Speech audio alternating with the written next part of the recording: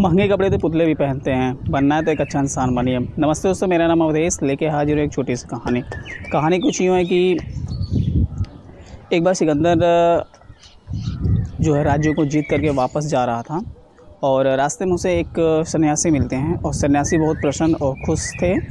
और सिकंदर उनको देखता है तो थोड़ा सा इरिटेट हो जाता है कि मैं जीत के आ रहा हूँ, मुझसे कहीं ज़्यादा खुशी ये सन्यासी है। पूछता है सन्यासी से सिकंदर कि आप इतनी खुशी क्यों हैं। तो बोलता है सिकंदर, तुमने तो ढेर सारे राज्यों को जीता है, लेकिन तुम्हारे पास उतना दौलत नहीं होगा जितना मेरे पास है। एक छोटी सी रत्ती भरी चीज़ मैं तुम्हें दे दूँ तो तुम्हारी सारी दौलत उसके बराबर भी नहीं होती।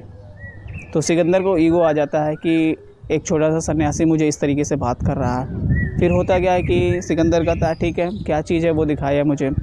तो सन्यासी बोलते हैं कि ठीक है, ऐसा करो कि आप तराजू मंगाओ और तौलते हैं, जिनका पल्ला भारी होगा उसकी बात की वैल्यू रहेगी। सिकंदर और इरिटेट हो जाता है कि यार ये कैसा साधु है जो मुझे ही इस तरीके से चैलेंज कर रहा है। सिकंदर ने कहा डन, चलो मैं करता हूँ। तो होता क्या कि तराजू मंगाया जाता है और ढेर सारा हीरे जवाहरात सिकंदर के पास रहता है। तो सिकंदर को कुछ करना होता नहीं है। महात्मा जी क्या करते हैं, एक छोटा सा चमकती हुई चीज़ जो है पलड़े के एक साइड में रखते हैं और दूसरी साइड में सिकंदर क्या करता है कि जितने भी गहने उसके पास इनफ थे तो पहने थे, वो खुद ही थे। तो पहले सोचा कि चलो इतनी छोटी सी चीज़ है, इसको क्या करते हैं कि मैं अपने जो ऊपर का गहना पहना हूँ उसी को रख करके इसको तौलता हूँ, जीत तो मेरी पक्की है। तो सिकंदर क्या करता है कि अपने कुछ गहने उतार के हीरे जवाहरात तो अपने साइड पर वाले पलड़े पे रखता है। और महाराज जी क्या करते हैं कि जो साधु या जो सन्यासी हैं वो दूसरे साइड पे छोटा सा चमकता हुआ चीज़ रखते हैं। सिकंदर का पल्ला हवा में रहता है और जो सन्यासी हैं उनका पल्ला नीचे रहता है, उठता नहीं है। सिकंदर को और साथ थोड़ा सा टेंशन होने लगता है कि ऐसा क्यों हो रहा है। फिर उसने अपने सेनापति को ऑर्डर दिया कि जितने भी हीरे मोती जवाहरात हैं उनको लेके आओ, क्योंकि यहाँ पे थोड़ी सी अपनी ईगो की बात है या हमें इनसे ज़्यादा सुपीरियर साबित होना है, इसकी वजह से।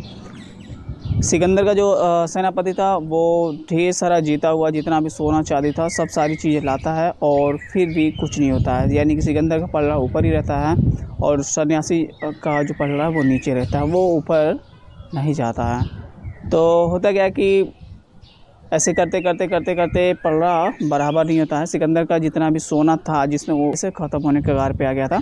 तो सिकंदर ने फिर महात्मा से पूछा कि महात्मा जी ऐसा कैसे हो सकता है कि मेरे पास इतनी ढेर सारी धातु की चीज़ें हैं, उनका वज़न नहीं है और आप एक छोटी सी चीज़ रखे हुए हैं, वो क्या है कि ऊपर बढ़ ही नहीं रहा है, आखिर में है क्या ये।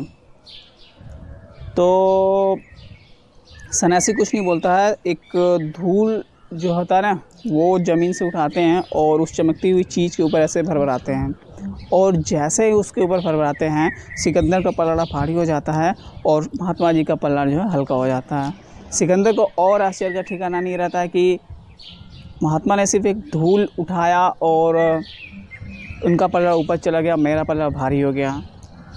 फिर क्या होता है कि अब सिकंदर का ईगो तो टूट चुका था, अब उसके अंदर क्यूरियोसिटी आ गई, जिज्ञासा आ गई कि आखिर में महात्मा ने ऐसा कैसे किया। तो अब उनसे रिक्वेस्ट करता कि हे महात्मा, आप मुझे प्लीज़ बताएं कि ऐसा आपने कैसे किया। तो महाराज उसको बताते हैं, साधु या सन्यासी जो हैं वो उसको बताते हैं, देखो ये जो चमकती हुई चीज़ है ना वो हम लोगों की आँखें हैं और ये जो मैंने धूल डाला ना, तो जैसे हमने धूल डाला आँखों के ऊपर तो सामने की जो चीज़ रहती है वो नहीं दिखती है। सेम वैसा ही हुआ था, सामान तुम्हारा ही भारी था, वैल्यू उसकी ज़्यादा थी, लेकिन तुम्हारे आँख के ऊपर जो है धूल पड़ा हुआ था, जिसकी वजह से तुम्हें ये समझ में नहीं आ रहा था कि ये वाला पल्ला भारी है कि ये वाला पल्ला भारी है। कहानी छोटी सी है और ऐसे हम लोग के लाइफ के ऊपर भी है कि जब तक हम लोग के आँखों से धूल नहीं हटता है वो अच्छी चीज़ें नहीं दिखती।